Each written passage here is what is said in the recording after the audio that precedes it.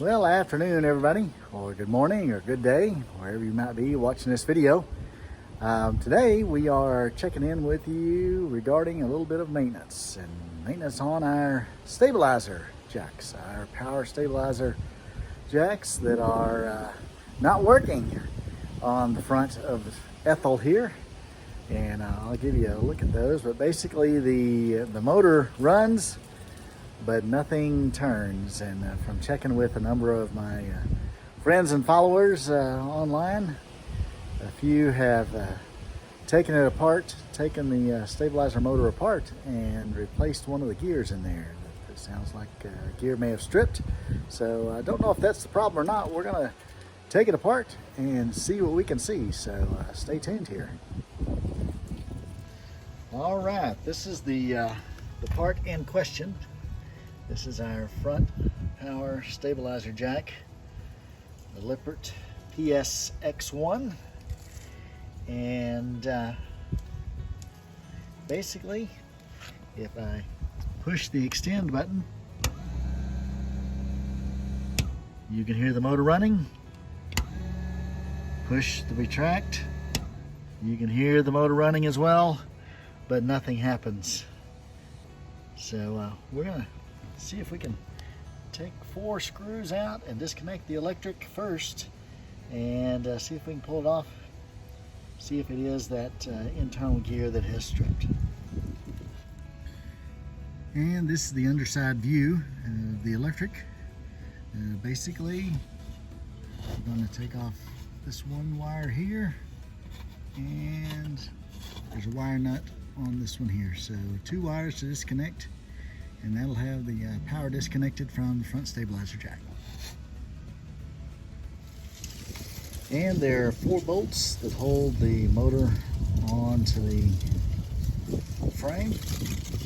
2 on the back using a hex wrench. And you can see there's a nut on the back side of the top 2 bolts. So you need to hold the nut while you unscrew the screw from the other side. And invariably, there's always 1 bolt that won't come out. The first 3 came out fine. Lubricated them up and they all came out fine.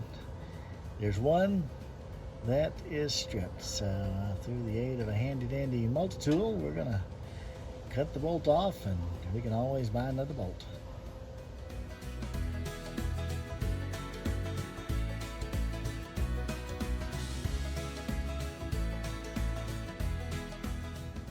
Now we have the motor off. Looks like we have 1, 2, 3, 4, 5, 6 screws to take the end of the motor off and get to the gearbox.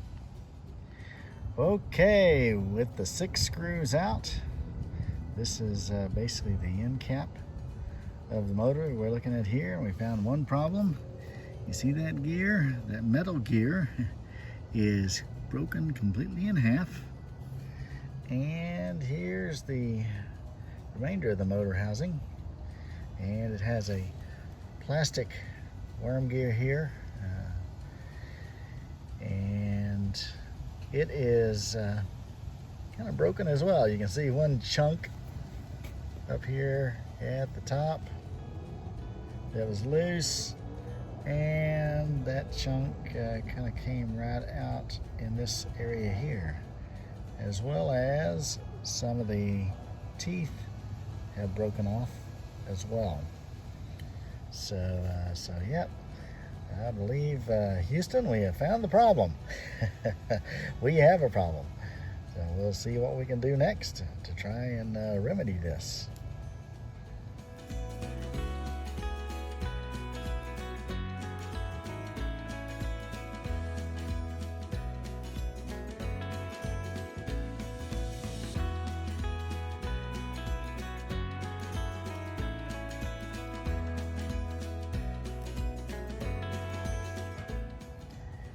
Now we're going to just pull the gears out so we can get a good look at them and see what parts we might need if we can find them. So to get the gears out of this one, just grab onto the greasy smaller cog, that's all there is to it. Little washer here at the bottom. Don't lose the washer in case we need that. Yeah, you can see there's a chunk of teeth out here and a broken gear here.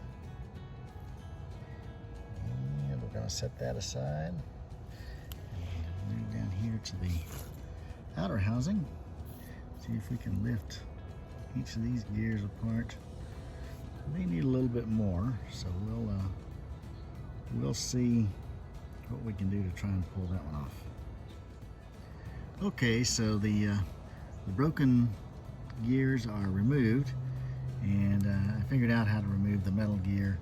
Just this interior gear just pulls out fairly easily, and you can put it right back in. It has a washer on the bottom with it, so I'll just put it right back there. So if I can find some replacement gears for the metal one that broke in half and the plastic one, I'll put this thing back together pretty quick and have her back and running. If not, it might be a little more expensive endeavor to buy a new motor. They range from $65, $70 on Amazon to buying them directly from Lippert for several $100s. So I think you know which option I'll choose if I have to buy a new motor.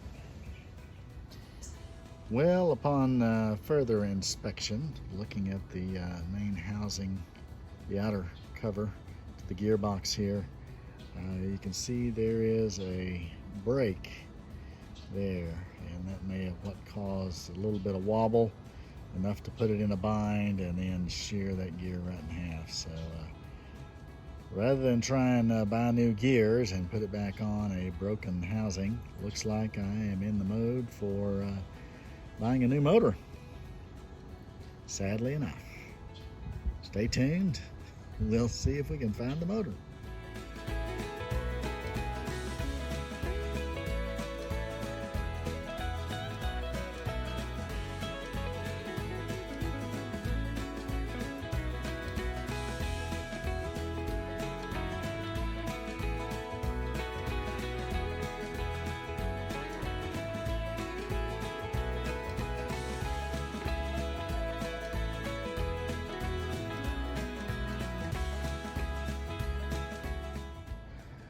Well, the new motor has arrived, and it's the same part number as the other motor.